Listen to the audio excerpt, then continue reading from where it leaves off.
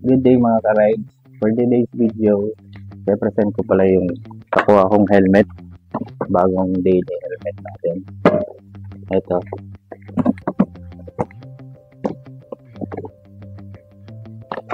Geely Astral. Kasama pala niyan ito. Ito yung label niya. May kasama siyang keychain. At may kasama siyang helmet headset. So, sa halaga niya na 4,999. May kasama na siyang Bluetooth headset. Hindi po ito intercom. So, ito lang is phone connectivity for music and receiving and outgoing calls. Ang presyo nito is 1,099. Nakalagay dito. So, kasama na siya sa helmet. Yan. Ganda. So, ibig sabihin, intercom ready na rin po ito. So, ito na. Ito sa unit.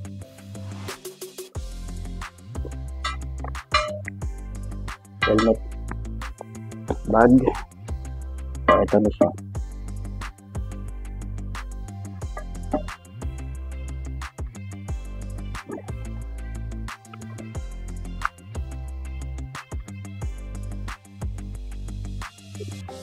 Ganda. Ganda ng painting.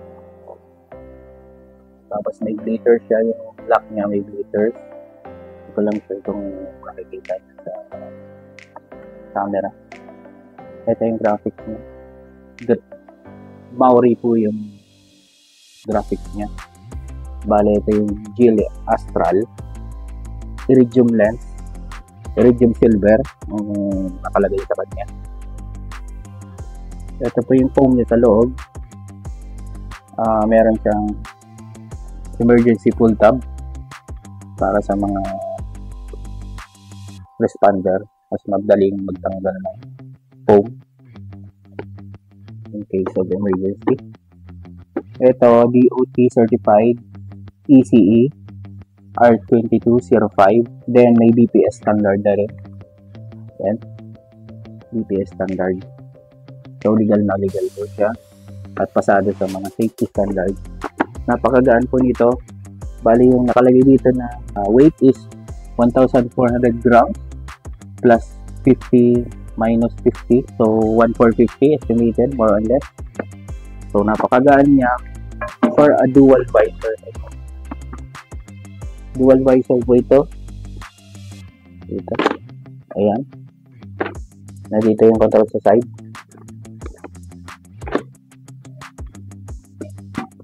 So, goods na po siya. Wala lang siya kasama clear lens. So, bibili ka pa ng clear lens separately. Tapos, medium po pala ito. Napakalambot yung fabric niya. Nakapal yung foam. Meron siyang carbon fiber look finish sa sides. Washable po yung inner lining. Removable po siya. Then, parang itong para mapagdaanan ng mga cable wires ng intercom. Tapos yung spoiler niya, minimal lang. So, kung mapapansin niyo, may kapareho siya na international na helmet. Ported na helmet. Walang din helmet. Similarity siya sa Ruroc. Pero may difference din naman. Shape dito sa part natin. Parang Ruroc din. So, budget at gusto nyo na ECE certified din, DOT, pero budget friendly. Dito ka na sa Geely. Ayan, yung controls pala nito ng air vents nito sa front is nasa loob. Dami siyang air vents dito, meron pa po dito, meron din dito. So, hopefully na matry natin. Ito wala lang. Parang design lang po ito. Then dito pala yung placing down ng Bluetooth headset. Dito po yun. Ito, itong lock nito is screw. Parang ano ko dito is alloy siya. Hindi siya plastic. Hold na lang natin. Maganda ng picture. Ayan, susukatin ko na. So, ito na guys, isa-try ko na yung helmet. Tanggalin ko na yung sticker. Ito. Ayun. Ito. Yan. Bali, yung indentation nito is ito yung sagad 1, 2, 3, 4 lock.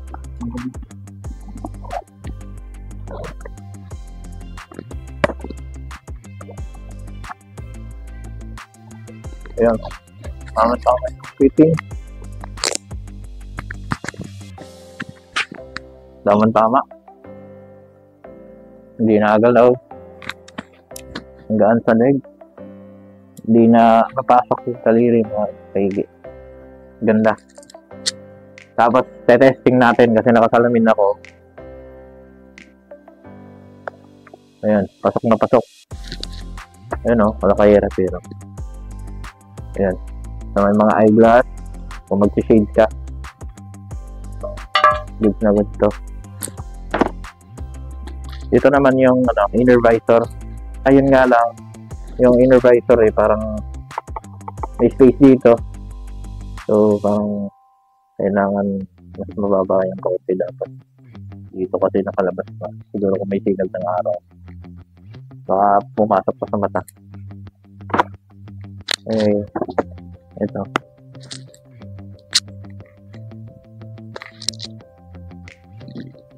Ganda. Napakaganda na fitting. So bukas, tatry ko na sa ride pagmamotor kung kumusta yung niya, wind noise, saka yung field view.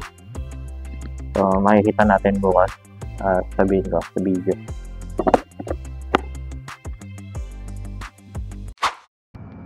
So guys, ito nag-rides ako, short ride lang papuntang Hibiscus para matesting ko na rin yung comfort and wind noise ng Geely Astral. Na-try ko mag 90 pataas. Tama lang, wala siyang sipol. Yung normal na talagang wind lang talaga sa mga ganitong speeds.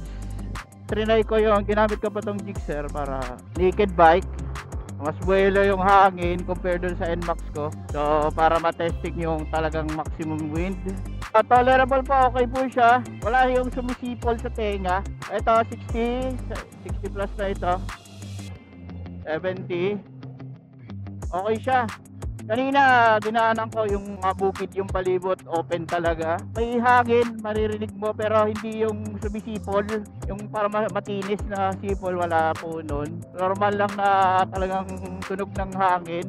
Then trinay ko buksan yung visor, malakas talaga yung hangin. Tapos pag pagsara ko, laki yung difference. Sa comfort, okay na okay. Trinay ko din tong i-close, i-open, walang difference para sa akin. Yung wind noise, kahit isara ko to dito sa chin, okay siya.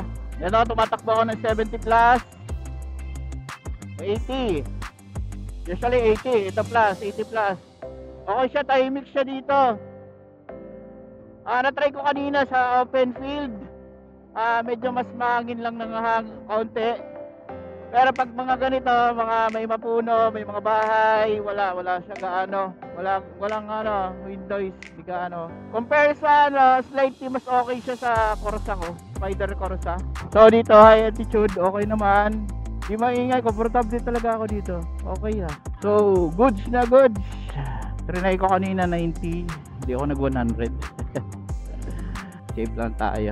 Trinay ko 90, okay siya. Field of view sa city, same, malawak. Yung lens lang nito medyo madilim. Feeling ko makulimlim yung panahon, pero hindi pala. Yun nga, setback lang, hindi lang sila naglagay ng free extra ang lens na clear, pero available naman po siya, mabibili. Hindi na nila nilagay. Anyway, nasa 599 lang naman more or less yung clear lens nito. Tapos meron din silang Revo lens, medyo lighter yung tint niya, pwede rin sa gabi. Available din, pero mas mataas yung presyo compare sa clear.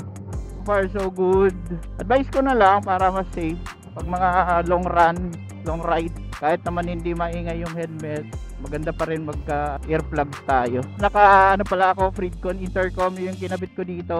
So intercom na nilagay ko kasi yung libre nito na GP1 na delay ay Bluetooth headset lang po yun. Music and calls lang po ang purpose doon, ang gamit nun. So hindi po yung intercom sa mga buyers. Pero malaking bagay na yun kasi 1,000 plus po yun kung bibili nyo ng separately.